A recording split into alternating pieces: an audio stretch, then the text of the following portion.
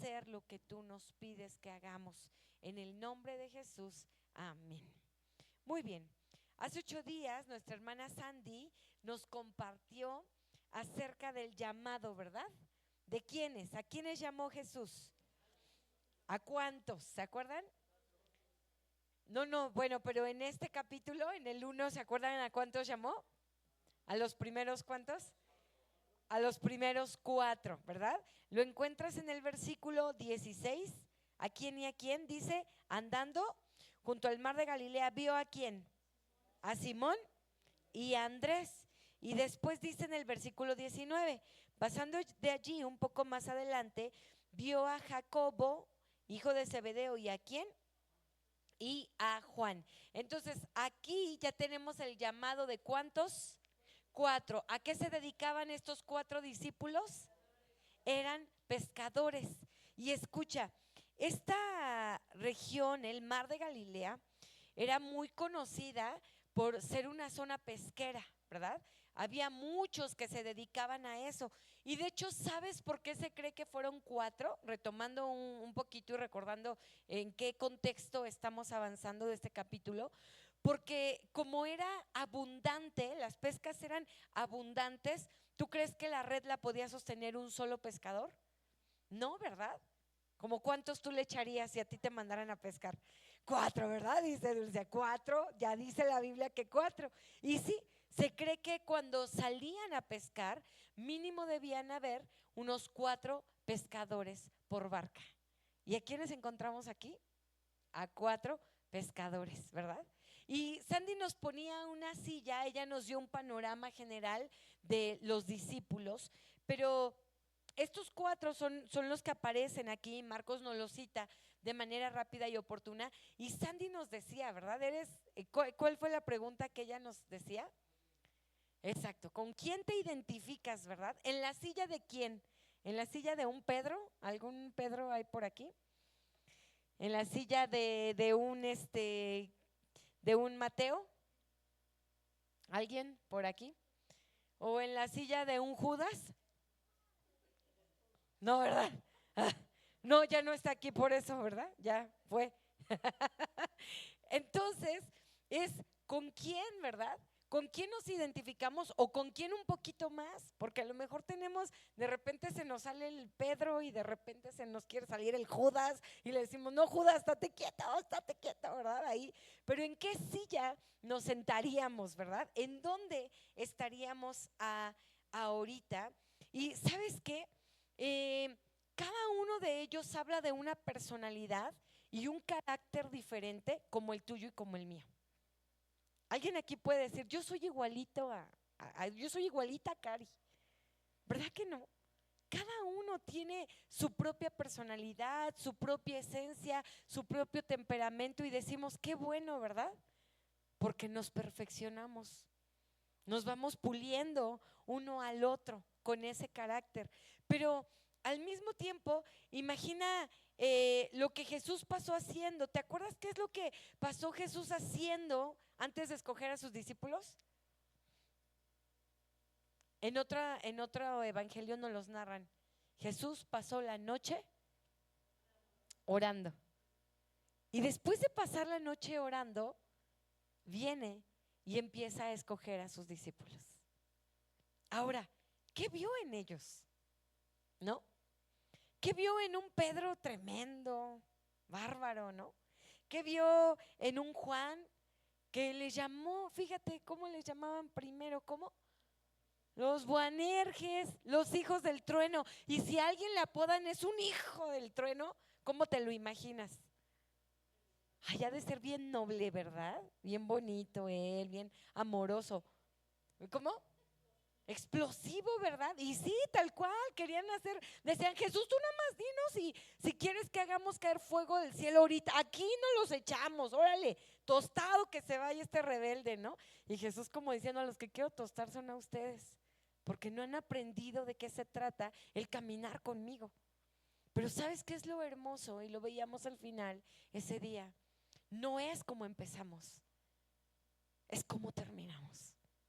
Y la obra de Cristo en nuestras vidas. que al final de todo puedan decir, mira nada más este Pedro, sí que tenía futuro, ¿verdad? Sí que algo tenía Jesús con él. Y ¿sabes qué? Si a ti te hubieran, fíjate, si Jesús pasó la noche orando para escoger a sus discípulos, quiere decir que el Padre le mandó un mensaje posiblemente mientras oraba, ¿verdad?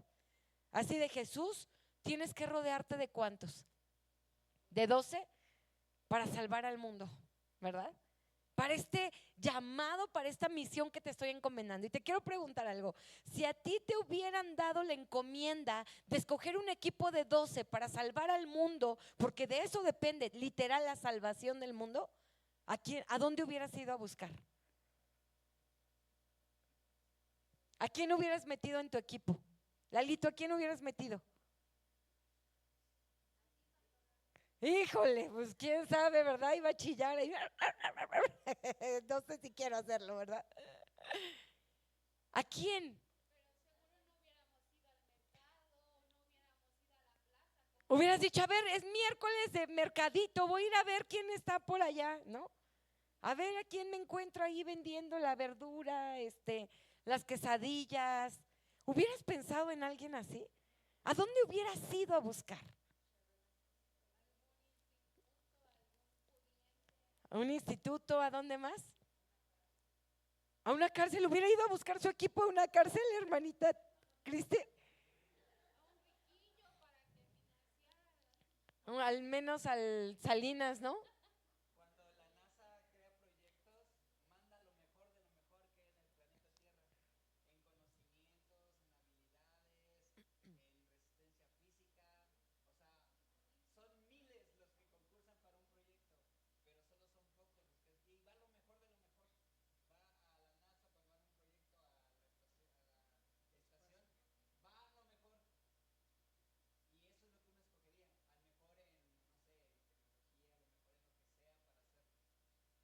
¿Verdad? Nos hubiéramos ido mínimo aquí. El TEC de Monterrey está cerquita, ahí vamos, ¿no? Y está el del Poli, ¿cómo se llama? La ESCA, ¿no? Y está la ESCA también, y vámonos a la UAM Xochimilco. Al Bacho. De ahí salí, oigan, cálmense. Pero sí o no, o alguien sería un poquito menos exigente. Pues oye, te tienes que rodear. Imagínate que del mundo entero te dicen, desde 12 tu equipo para salvar, para hacer esta misión de salvar a la humanidad. De esos 12 va a depender todo lo demás que tenga que ver, y hasta hoy sigue dependiendo de eso, ¿no? El evangelio de Cristo que se expandió a través de esos discípulos de Jesús. Entonces, ahora ahí te va la siguiente pregunta. ¿Te hubieras escogido a alguien como tú? Así de, pues sí. Ya sí, pues ya, ¿verdad? Pero fíjate, piensa en eso. A ver, si yo hubiera tenido que formar mi equipo, ¿hubiera escogido a alguien como yo? ¿Verdad? Pero ¿sabes qué es lo más hermoso? Que Jesús sí te escogió. Que Él ya estaba pensando en ti. Todavía no nacías. Y desde ese momento dijo, voy a escoger a un Pedro en representación ¿de quién? En representación de Eliezer, ¿verdad? A ver, para que cuando Eliezer conozca de Cristo, sepa que un Pedro sí tiene esperanza, ¿verdad? Voy a escoger y así, a un Mateíto medio transón, pero listo, ¿no? Voy a escoger a alguien. ¿Sabes qué es lo lindo de esto? Que Jesús no se fijó en la perfección de esos hombres. Lo que menos hubiéramos sido nosotros es ido al mar a buscar un pescador, porque ¿cómo te imaginas que pudieron haber sido los pescadores? Sí, fuertes, pero ¿cómo más? ¿Tú crees que se hablaban con mucho respeto? A ver, agárrale allá la red, por favor, hermano. Y tú también, Juan, agárrale allá la otra red, por favor. ¿Crees que así se pudieron haber hablado los pescadores? En honor a mi cuñado, ¿verdad? Hablaban veracrujano, ¿a poco no? O sea, yo de verdad cuando estudiaba dije, se me hace que hasta eran bien pelados para hablar, ¿verdad?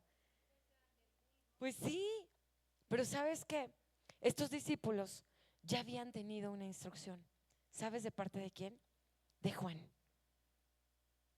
Juan, de alguna manera, ya los había ido preparando. En Juan 1, 35 al 42 vemos que ya parte de los discípulos habían sido seguidores de Juan, pero ante la muerte de Juan se cree que posiblemente ellos regresaron otra vez al mar diciendo, nuestro maestro murió, ¿qué vamos a hacer? Ya no hay una esperanza, y se queda ahí la historia pausada. Y entonces imagina que cuando Jesús empieza su ministerio y pasa la noche orando al Padre y diciendo, Padre, pues tengo que elegir mi equipo de 12 para esta comisión que tú me has dado.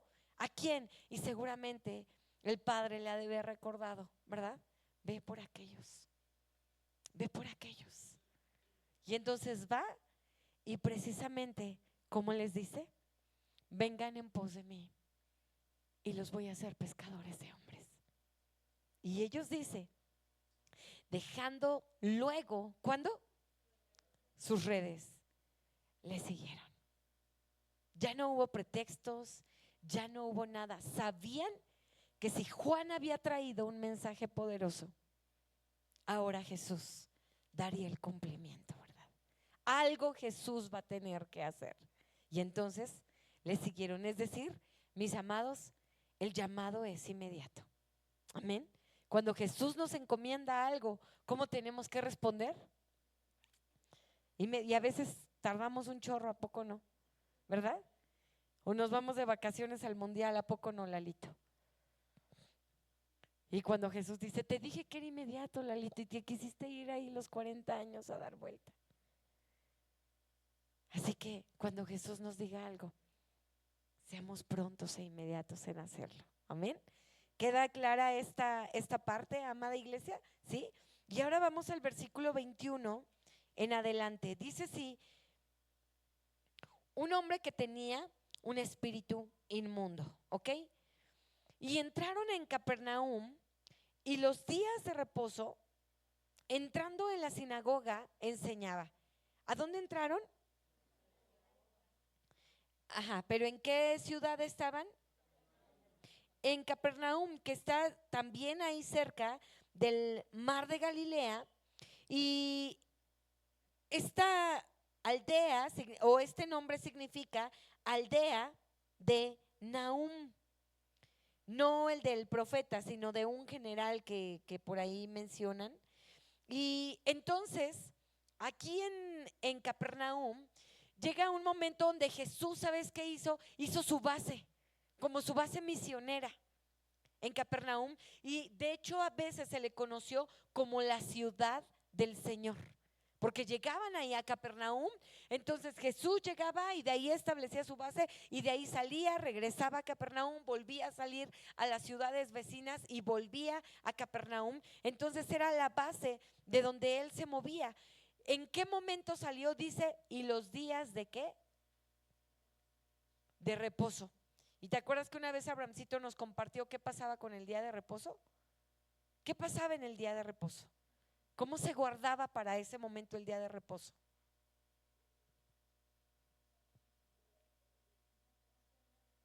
Exacto, no hacían nada, ¿verdad?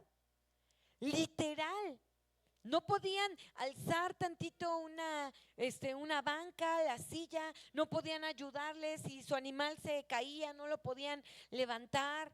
Me platicaba el pastor Martín Santellano, que tuvo la oportunidad de ir a Israel. Dice, en día de reposo, los elevadores quedan en automático y están bajando y subiendo, porque ni siquiera les es permitido tocar el botón del elevador. Imagínate. O sea, nada de esfuerzo, pero eso era bíblico.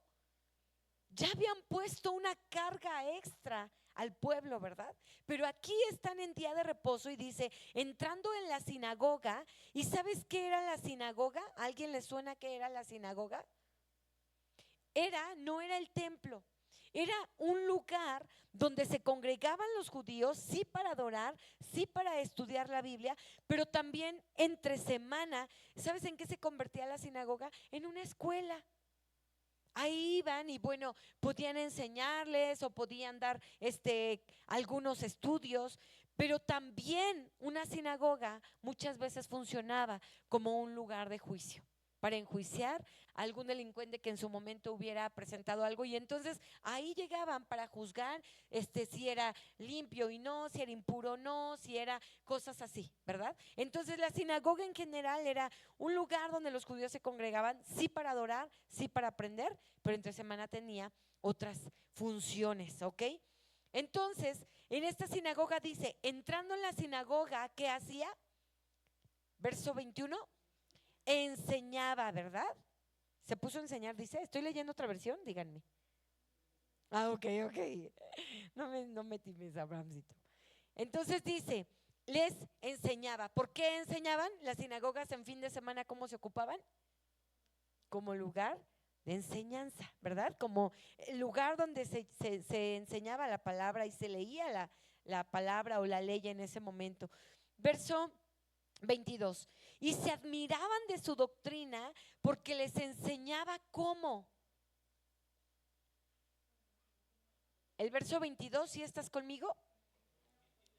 Les enseñaba como quien tiene que autoridad y no como los escribas. Y te pregunto algo, ¿qué era aquello que le daba autoridad a Jesús?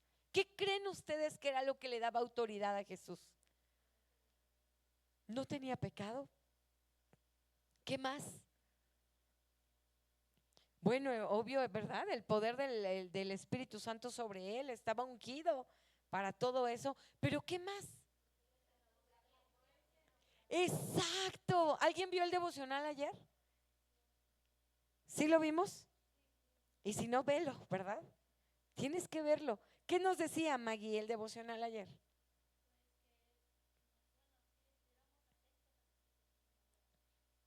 Exacto. ¿Cómo se llama? El ser congruente, ¿cómo se llama? En una palabra, ¿cuál sería?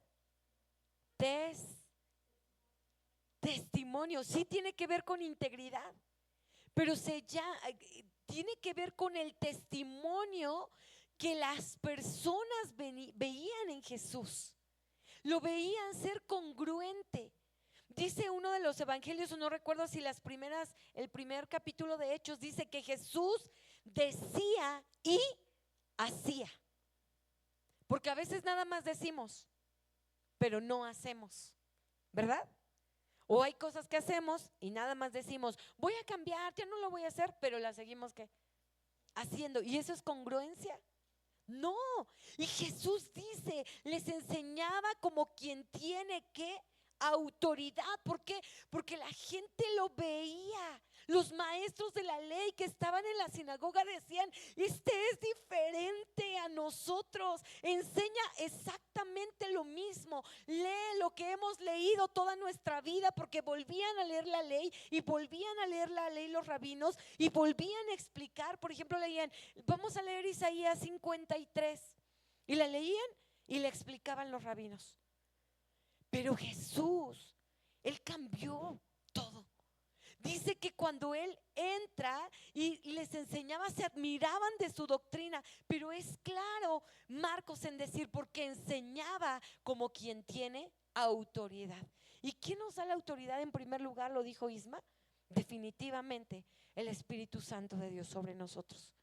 Pero también, y muy importante, nuestro testimonio.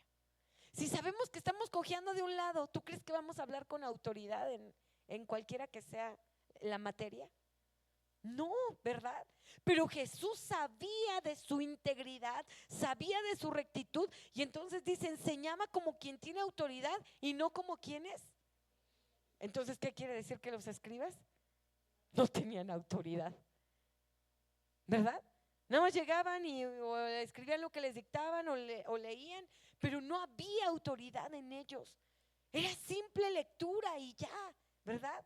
Y dice el siguiente, 23, Pero había en la sinagoga de ellos un hombre con espíritu inmundo que dio ¿qué? Voces. Estamos en el versículo ¿qué? 23. ¿Y sabes qué? Un hombre con espíritu inmundo tiene que ver con un hombre que tal cual la palabra decía, con un demonio.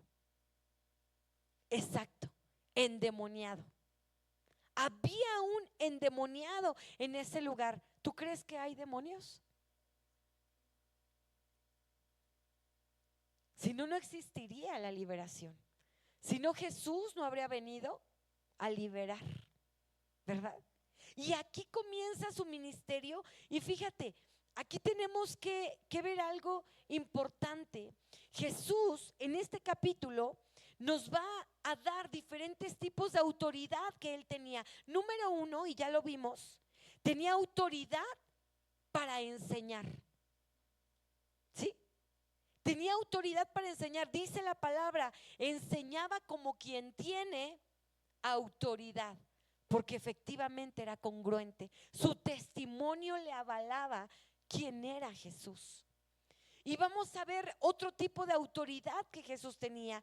Jesús tenía autoridad, en este versículo que acabamos de leer en el 23, Jesús tenía autoridad sobre los demonios. Escucha, los demonios son una realidad. Así como Dios es una realidad, también los demonios son una realidad. Y en el ministerio de Jesús son muchas las ocasiones en las que precisamente tiene que venir Jesús a traer libertad a endemoniados. No dice cuántos, ¿verdad? El más famoso, ¿quién es? El Gadareno, ¿verdad? ¿Y qué otro de los evangelios dice que cuántos eran? 2, ¿verdad? Y que tenían una legión. ¿Y te acuerdas a cuánto equivale una legión? Aproximadamente a 6,000 soldados. Era lo que equivalían cuando decían, el ejército, ahí viene una legión de ejércitos. Entonces quiere decir que venían marchando y rapidito 6,000 soldados aproximadamente. Y cuando el endemoniado gadareno habla de que era una legión, ¿cuántos demonios eran?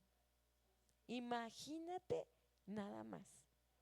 Y Jesús pudo con todos por la autoridad que él tenía de parte de Dios. ¿Será diferente para nosotros esa autoridad? ¿Verdad?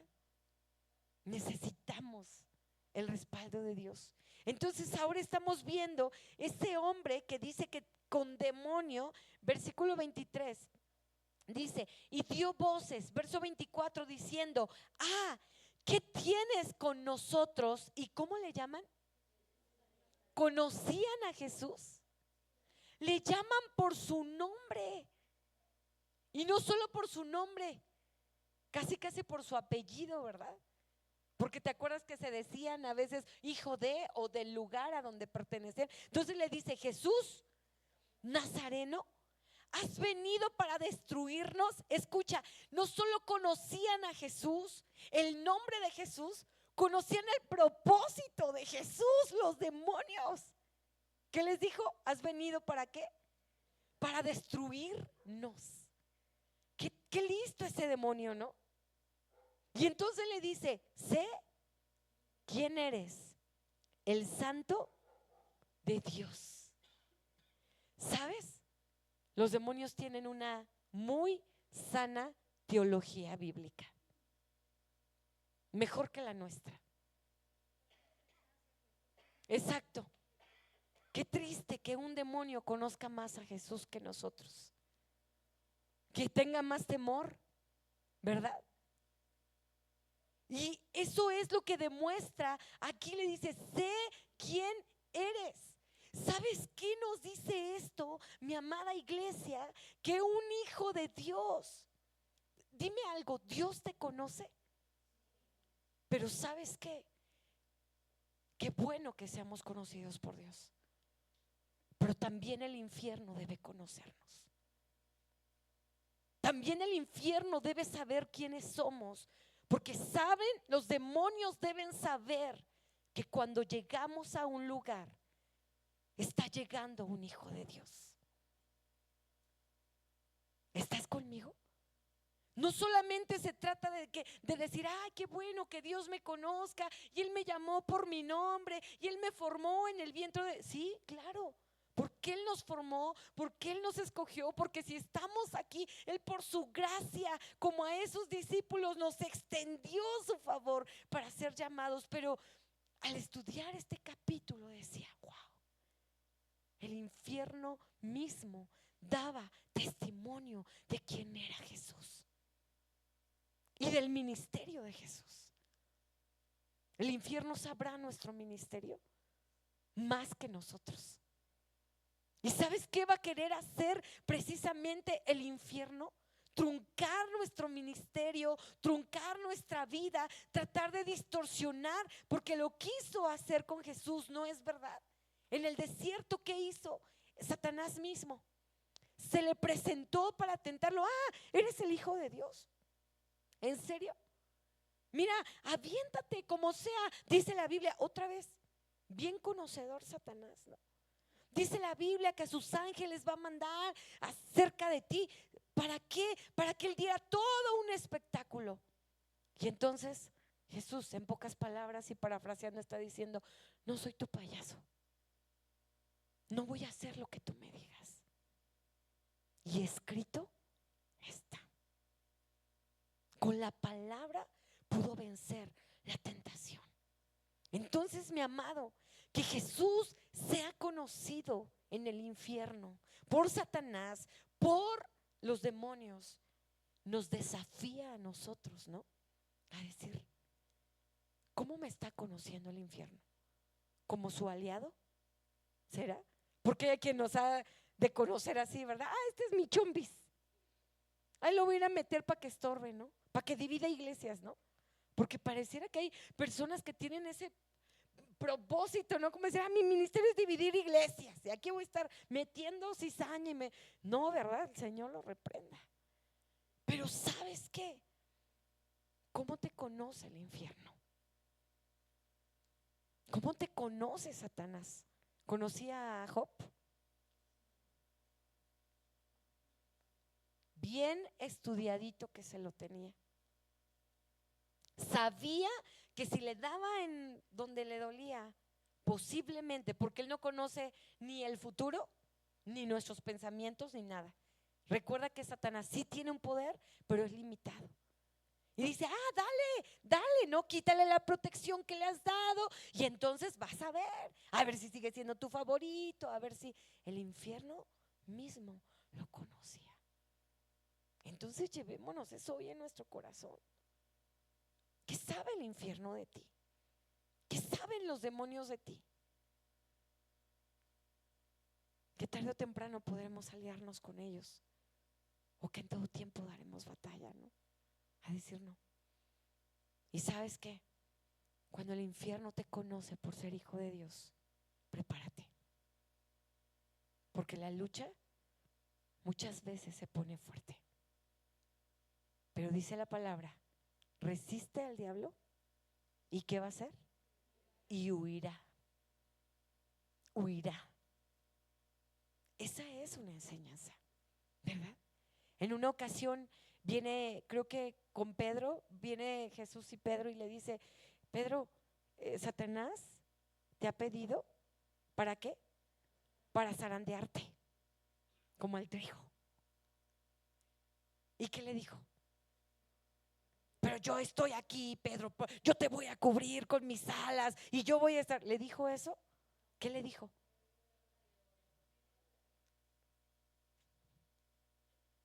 Tranquilo. Yo he orado por ti, ¿para qué?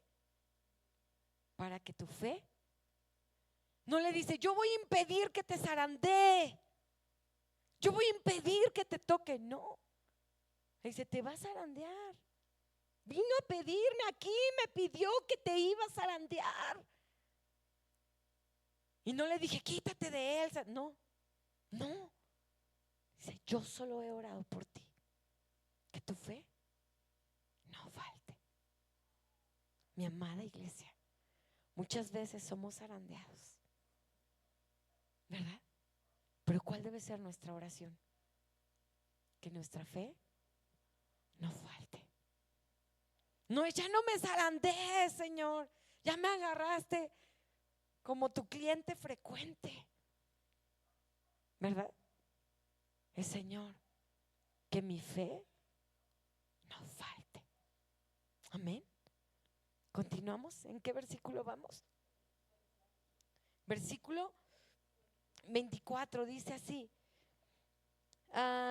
diciendo, no, vamos al 25. Dice, pero Jesús, el 24 ya nos enseñó que no solo Dios nos debe conocer, el infierno también, ¿verdad? Sabe de nuestro llamado, de nuestro propósito, de quién somos. Verso 25, pero Jesús le reprendió diciendo, cállate, ¿y qué?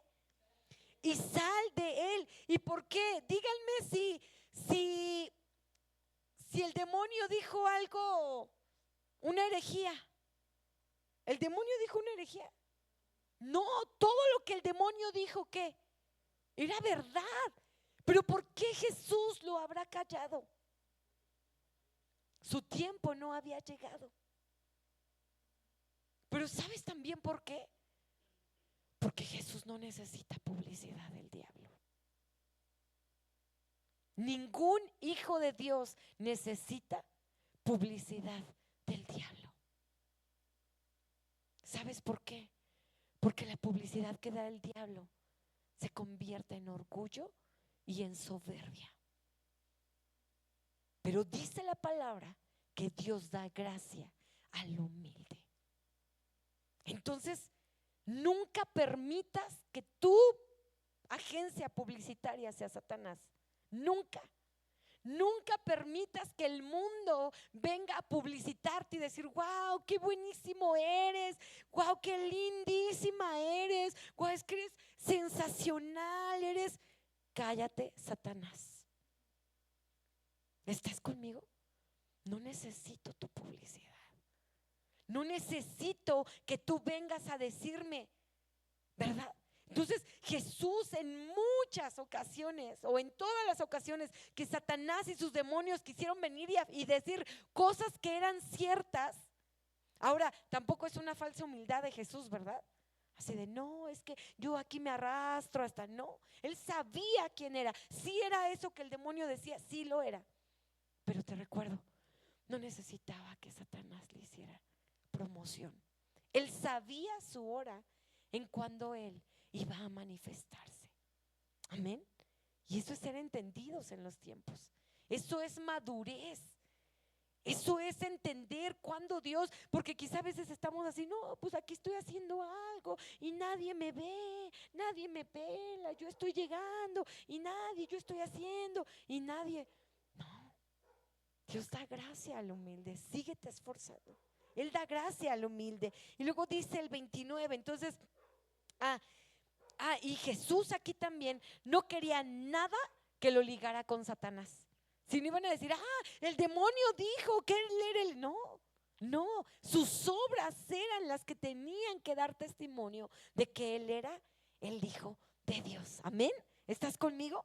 ¿Sí? Entonces ya vimos la autoridad de Jesús sobre quién, sobre los demonios. Y ahora vamos a ver, por último, en este capítulo, la autoridad de Jesús sobre las enfermedades. Amén. Toma nota. Autoridad de Jesús sobre qué.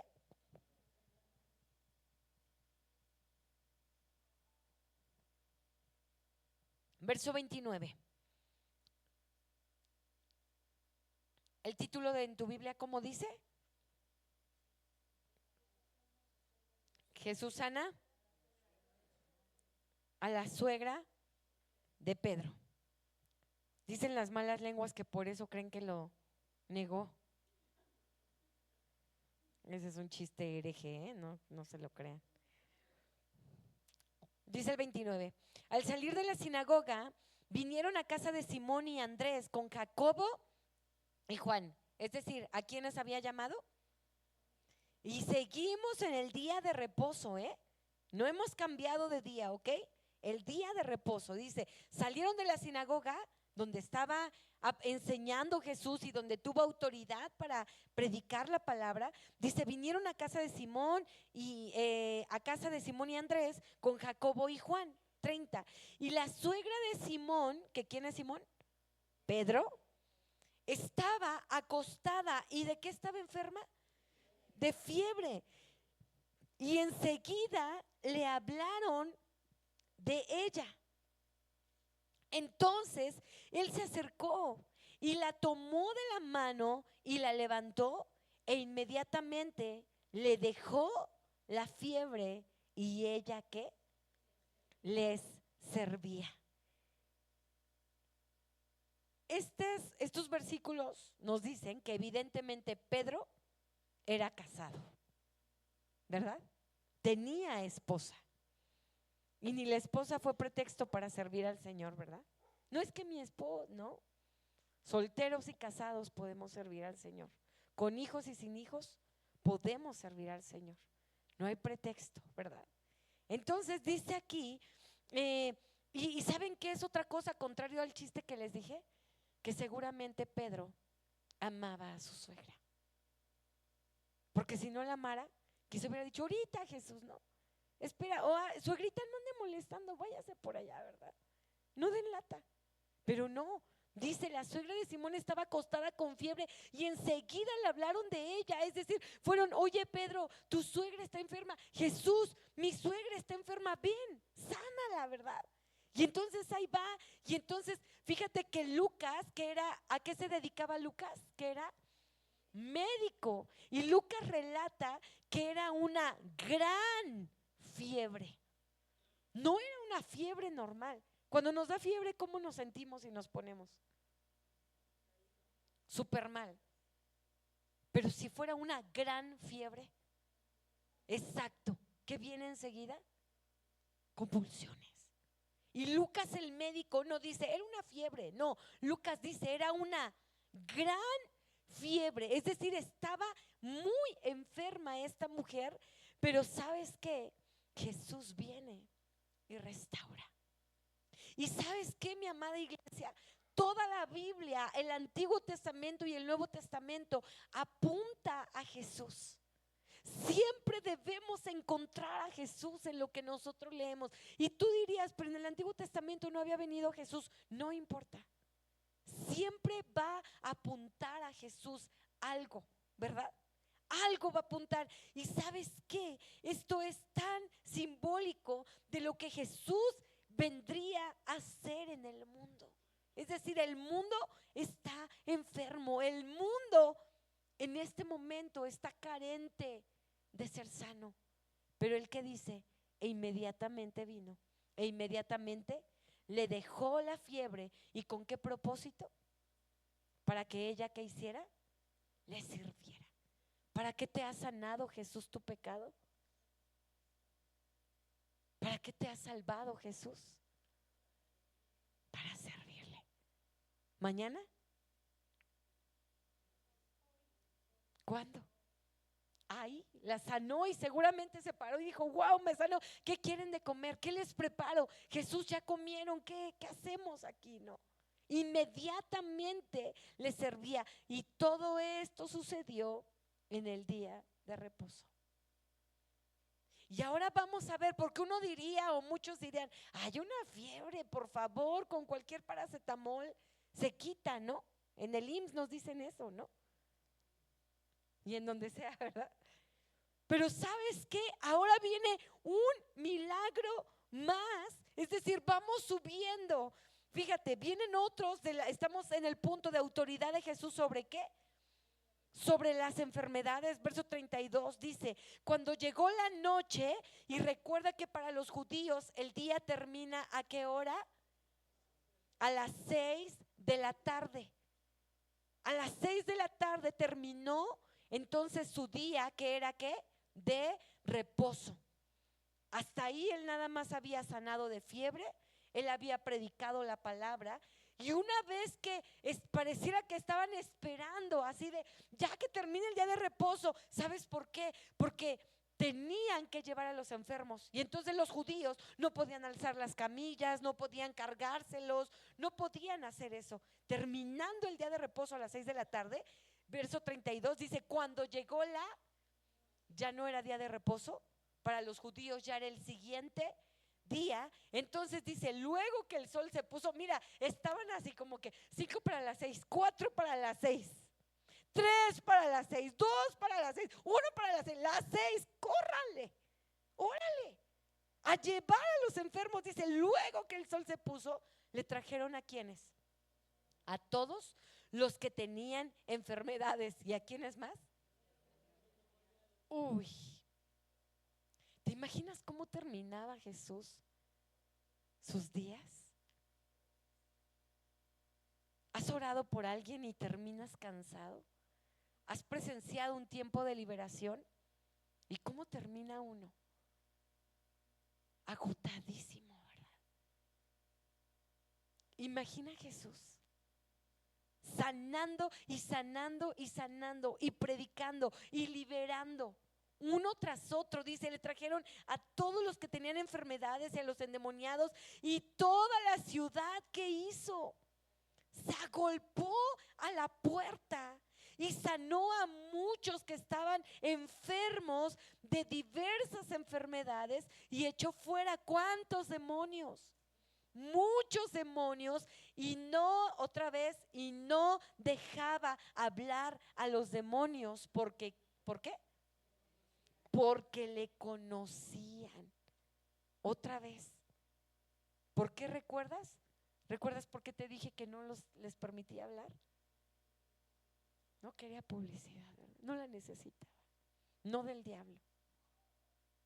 Entonces, ¿sabes qué? Hasta que llegue el día de reposo le llevan, y esto nos relata cómo la fama de Jesús se seguía esparciendo. ¿Te acuerdas cuando llegó a la sinagoga y empezó a leer: el Espíritu del Señor está sobre mí porque me ha ungido? ¿Para qué? Para dar las buenas nuevas de salvación, para sanar, para dar libertad al cautivo, empieza a decir el propósito de su ministerio. Bueno, y cuando dice, hoy se ha cumplido esa escritura, es porque al mismo tiempo Él estaría cumpliendo durante su ministerio en esta tierra. ¿Que cuántos años duró el ministerio de Jesús? 3 años. Se preparó 30 años para servir 3 años. Y a veces nosotros queremos ¿qué? ¿Verdad? Prepararnos 3 años y servir ya a los 30, ¿no? Y pensar que ya nunca más vamos a tener que estudiar la Biblia, ¿no? Pero Jesús empieza a cumplir ese ministerio. Y ahora que los demonios otra vez creen y tiemblan, venían los endemoniados, Jesús traía una liberación. Y ¿sabes qué? Es un peligro. ¿Sabes que muchos tenemos la fe de los demonios?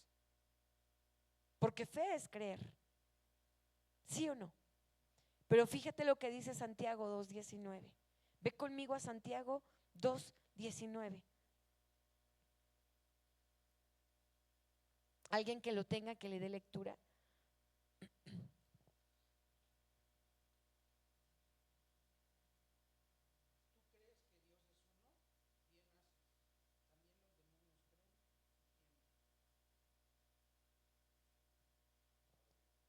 Ouch.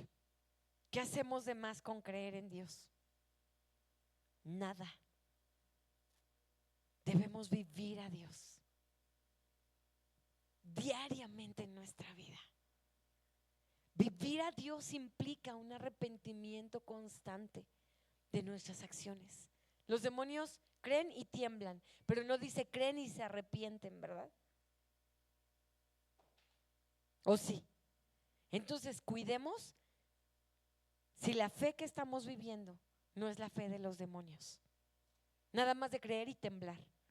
Creer y decir, ay, sí, es que Dios, ¿verdad, manita? Pero sigo persistiendo en mi pecado.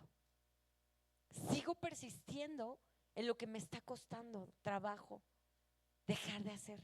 Esa es la fe de los demonios. Y no es la fe que nosotros debemos tener y vivir. La fe nuestra tiene que demostrar un arrepentimiento constante en nuestra vida, ¿verdad? Es creo en Él, creo en su palabra y vivo su palabra. Eso es diferente, ¿verdad? Porque hasta ahí se quedan los demonios en conocer a Jesús, en saber quién es Jesús, en llenar la cabeza de teología y dicen, no la sabemos, a ver qué quieres que te recite, ¿no? Pueden jugar esgrima bíblico, maratón bíblico, los demonios, todo lo pueden hacer a la perfección. Que estemos aquí no quiere decir que tengamos una fe genuina. Por algo Pablo le decía a Timoteo, una fe que no fingida. Timoteo, una fe no fingida. Que estemos aquí no nos garantiza que en realidad seamos hijos de Dios. ¿Qué lo hace? Una vida de arrepentimiento, ¿verdad? Una vida donde las obras del Espíritu Santo de Dios estén constantes en nuestra vida. ¿Estás conmigo, iglesia? Amén. Y por último, el versículo, no por último, ¿verdad? Yo estoy pensando como aquí dejo de ver. Siguiente, 35. Levantándose muy de mañana, ahora sí, ¿ya qué día sería?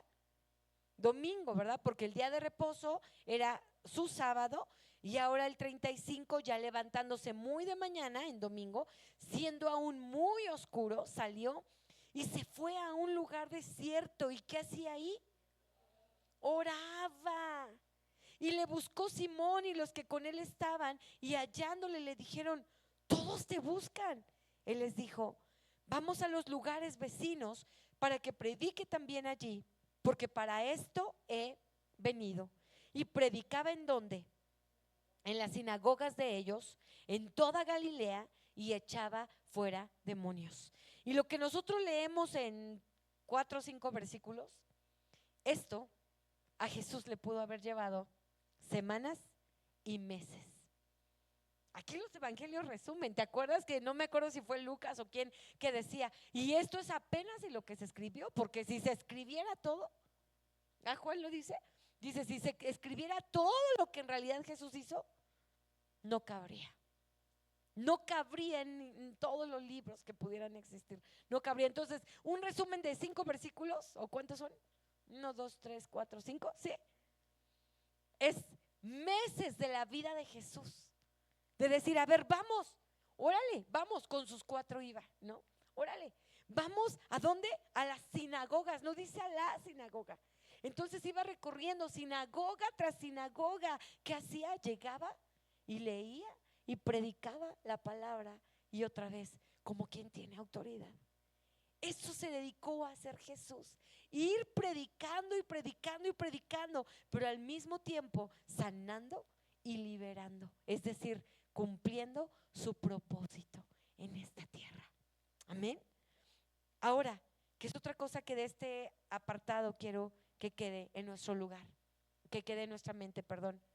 El éxito del ministerio de Jesús no venía solamente por ser el Hijo de Dios, ¿verdad? Porque eso hubiera sido solo el Jesús divino, ¿no? El que dijera, a ver, en vez de cansarme, Señor, mándame los carros de fuego que me lleven de una comunidad a otra. Eso hubiera sido. Y no, Jesús se cansaba también. De hecho, muchas veces se apartaba como diciendo, ya estoy exhausto. El éxito del ministerio de Jesús está en el verso 35. Encuéntralo. ¿Qué hacía Jesús? ¿Qué hacía? Oraba. Ese es el éxito del ministerio de Jesús. Amén. No se trataba solo de Jesús Dios, de la divinidad de Jesús, no. Él en sus fuerzas se agotaba como Jesús hombre. Él en sus fuerzas se cansaba. Él en sus fuerzas sabía que tenía y necesitaba una dependencia de Dios Padre. Y entonces, ¿qué tenía que hacer para renovarse? Orar. ¿Así nos renovamos nosotros?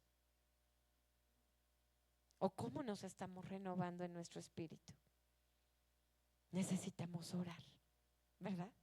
¿En dónde dice aquí? Con la televisión prendida. A la hora de la comida Jesús oraba. En la mañana en el carro. En la mañana en el micro. En la mañana con las noticias prendidas. ¿Así oraba Jesús? ¿Cómo oraba él? en un lugar desierto, donde solo estuviera él y Dios. ¿Cómo estamos orando? La palabra nos desafía cada día, ¿verdad? Encuentra tu lugar desierto para orar. Encuentra tu lugar desierto para orar. Amén. Ese es el éxito de la vida del creyente. ¿Estás sintiendo que estás volando bajo? Quizá estamos dejando de orar. Amén. Y dice el versículo 40, ahora sí es el último apartado de este capítulo. Verso 40, ¿lo tienes? Vamos a leerlo juntos. Dice: vino a él un leproso, rogándole, e hincada la rodilla le dijo: si quieres, puedes limpiarme. Y Jesús, teniendo misericordia de él, extendió la mano y le tocó, y le dijo: quiero, sé limpio. Así que él hubo hablado, al instante la lepra se fue de aquel y quedó limpio. Entonces le encargó rigurosamente y le despidió luego y le dijo: mira, no digas a nadie nada, sino ve, muéstrate al sacerdote y ofrece por tu purificación lo que Moisés mandó para testimonio a ellos. Pero ido él, comenzó a publicarlo mucho y a divulgar el hecho, de manera que ya Jesús no podía entrar abiertamente en la ciudad, sino que se quedaba fuera en los lugares desiertos y venían a él de todas partes. ¿Qué era la lepra? Una enfermedad de la piel como incurable. Pero escucha esto que es tan asombroso. Desde Levítico, ¿verdad? Dios estableció una ley de purificación para el leproso. ¿Estás conmigo? Era una enfermedad como incurable. Pero desde el Antiguo Testamento, desde la ley, quedó establecida un ritual de purificación cuando un leproso fuera sano. ¿Sabes cuántos leprosos habían sido sanos?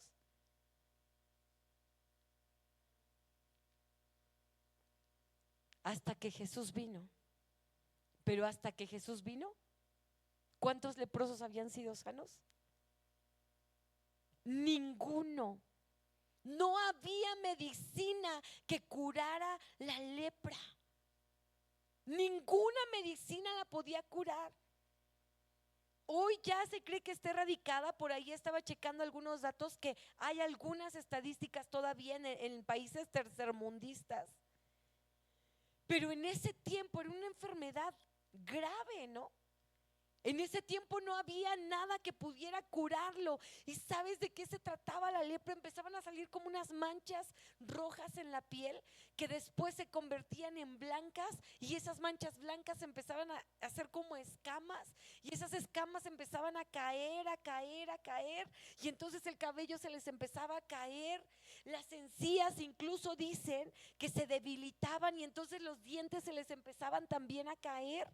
Y entonces tú sabes que si esto se mueve, los huecos empiezan a caer. Decían incluso que muchas veces los ojos se les salían porque no había un soporte, la piel se empezaba a caer.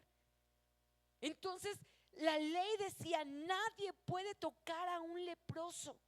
Los leprosos tenían una ciudad donde ellos tenían que ir y estar, y solo entre ellos podían vivir.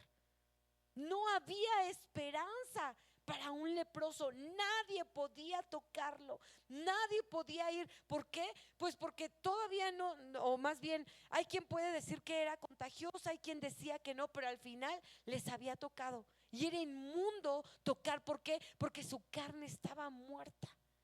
Su carne empezaba a morir. Entonces quien tocaba a un leproso se le consideraba también un inmundo. Entonces ellos tenían que vivir por allá, aislados en su propia ciudad, en su propio refugio, lejos de la ciudad principal. Y de repente hasta esa ciudad, este leproso escucha de la fama de Jesús. ¿Qué habrá hecho? Quizá dijo, pues si salgo de mi ciudad de refugio, posiblemente me maten. Pero de por sí ya estoy muriendo. ¿Qué más da? Mejor voy a Jesús. He oído que Él sana. Y entonces va y se acerca y llega a Jesús, el único que podía sanarle.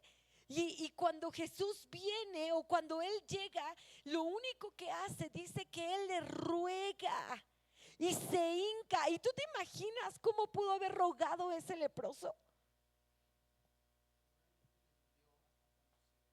Hasta cuando se hincó, ¿no? Seguramente le dolió la piel, todo, pero Él hace su acto de adoración y le ruega y le dice, Señor, si quieres, puedes limpiarme. Y esto no es no es una expresión de duda, ¿no? Si quieres, ¿podrás sanarme? No. Él le dijo, solo está en tu voluntad. Y sabes, hay que aprender del leproso. Porque a veces llegamos con Jesús y ¿cómo le decimos? Sáname. Jesús, sáname. ¿Sí o no? ¿Y qué dijo este leproso? Si quieres, puedes sanarme.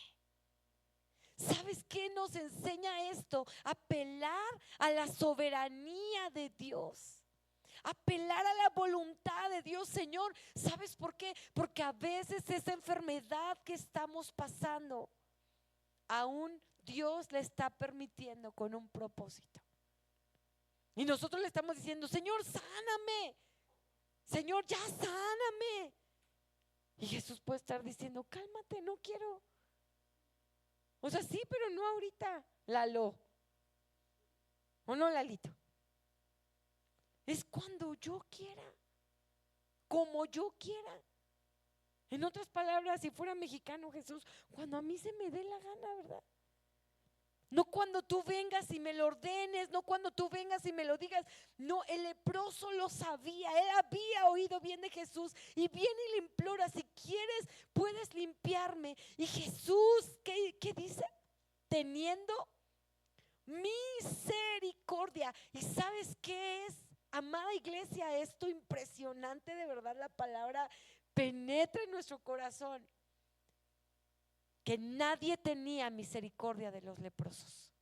Al contrario, les tenían asco, miedo, porque sí seguramente olían mal, porque la carne se les podría.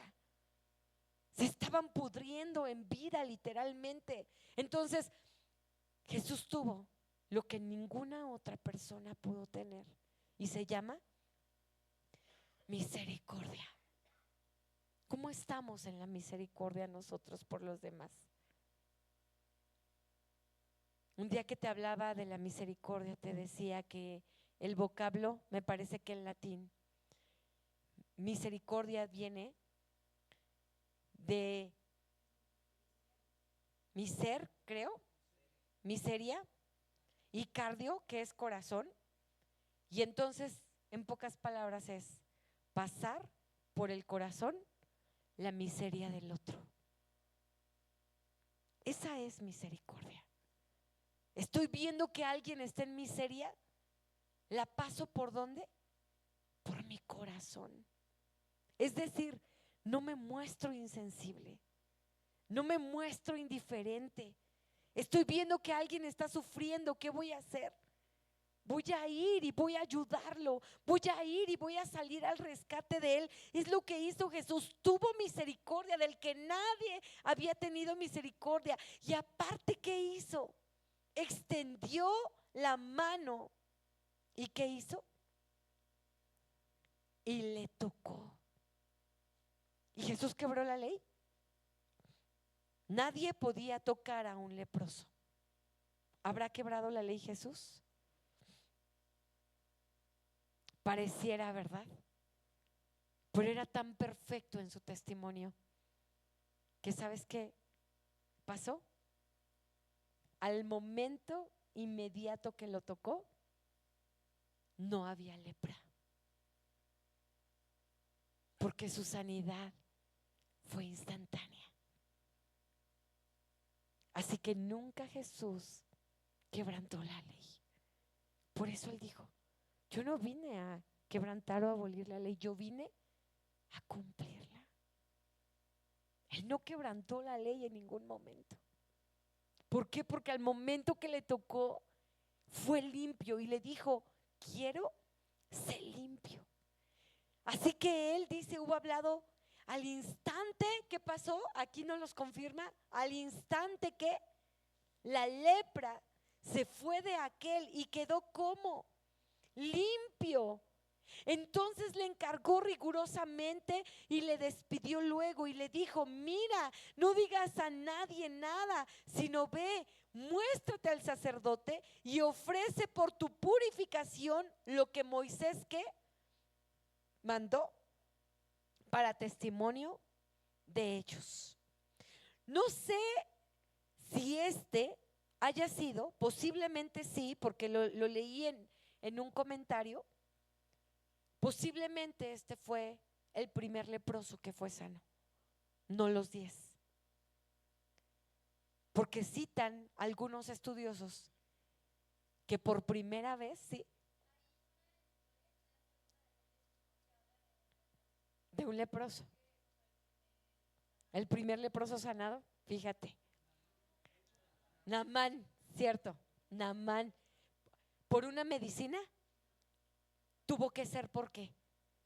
Por un milagro. ¿Me explico? No había medicina.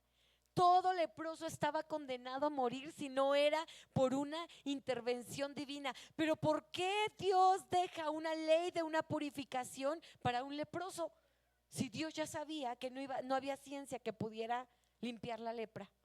¿Por qué? Porque el día de mañana, es decir, al postrer tiempo, en el tiempo que fuera, eso sería un testimonio del poder de Dios. Así que dicen algunos comentarios que este fue el primer momento en el que la ley de la purificación de un leproso entra en vigencia. Porque dicen, guau. O sea, entonces Jesús le dice, ve y preséntate al sacerdote y lleva lo que tienes que llevar. Y era como llevar como 2 palomitas, lo cita Levíticos. Dice, van a traer 2 palomas, los leprosos que sean sanos van a venir al sacerdote con 2 palomitas, 2 aves. Una la van a matar y van a poner en un recipiente su sangre. Y van a traer madera y van a traer, les pide otros elementos que pudieran llevar. Y entonces, ¿sabes qué hacían? Con la otra palomita la mojaban más o algo así, en la sangre, y entonces rociaban a ese leproso como declarándolo limpio completamente. Y después iban y soltaban a la paloma que quedaba viva, como diciendo, la sangre declara la limpieza total de este hombre. Y luego le dice, pero no digas nada. ¿Y dónde la regó el leproso? Que dijo todo. Pero ¿sabes qué es lo triste? Que su desobediencia trajo consecuencias, porque Jesús ya no pudo acercarse. Todos lo buscaban, y entonces él tenía un tiempo específico, ¿verdad? Entonces era más normal que Jesús lo encontraran hacia las afueras, ¿verdad? Porque si no decían, wow, pero ¿sabes por qué manda Jesús a este leproso? Él lo pudo haber dejado ahí, uno, porque tenía que cumplir la ley, pero otro, porque estaba mandando un mensaje a los sacerdotes diciendo, el Mesías está aquí. Nadie ha venido a sanar a un leproso. Debe ser algo de Dios. Ellos sabían que solo un milagro podía sanar a un leproso, y el milagro había ocurrido. Así que el mensaje que envía Jesús es, el Mesías ha llegado. ¿No es hermosa la palabra?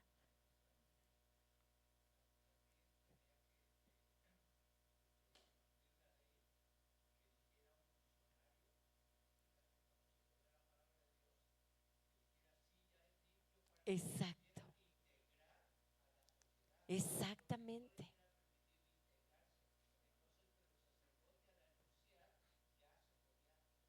Claro, cumplía completamente con el ritual, ¿verdad?